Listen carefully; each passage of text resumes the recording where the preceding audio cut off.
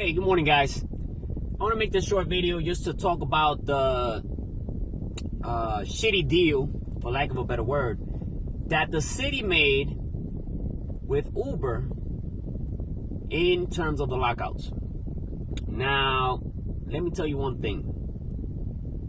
I am not sure why the IDG is celebrating, because this is not a victory by all means. This is a slap to the face to the men and women that drive a for-hire vehicle in this city that have been getting locked out for the past 2 months. It's a slap in the face. It's not a solution. Somehow, Mayor Adams, the TLC, and Uber made some sort of an agreement. Wait a minute. Was this done in a basement?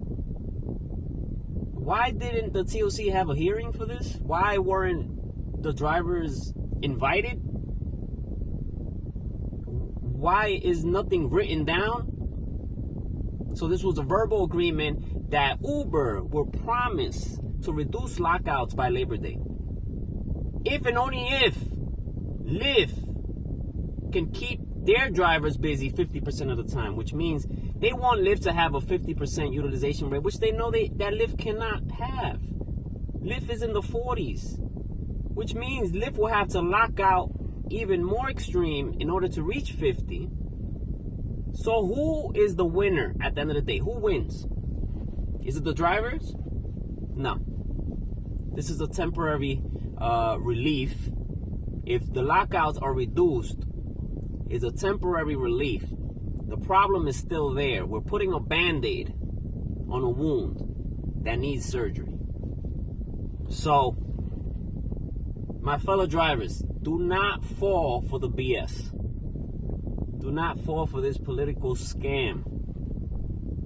We need proper legislation that are going to protect drivers from these lockouts, that are going to raise our pay, and they're going to treat us like human beings, like hardworking men and women of this city who move this city.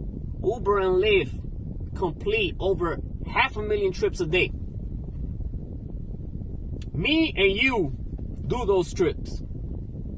Yet, we're getting paid crumbs. We're getting the shitty end of the stick. So, I am not taking this deal lightly. We are going to continue to protest, to strike, to let it be known that this is not the deal that we were looking for. This is just talk. They're going to promise to reduce lockouts.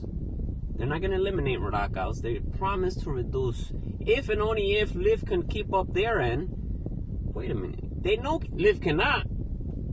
So they're trying to throw Lyft under the bus.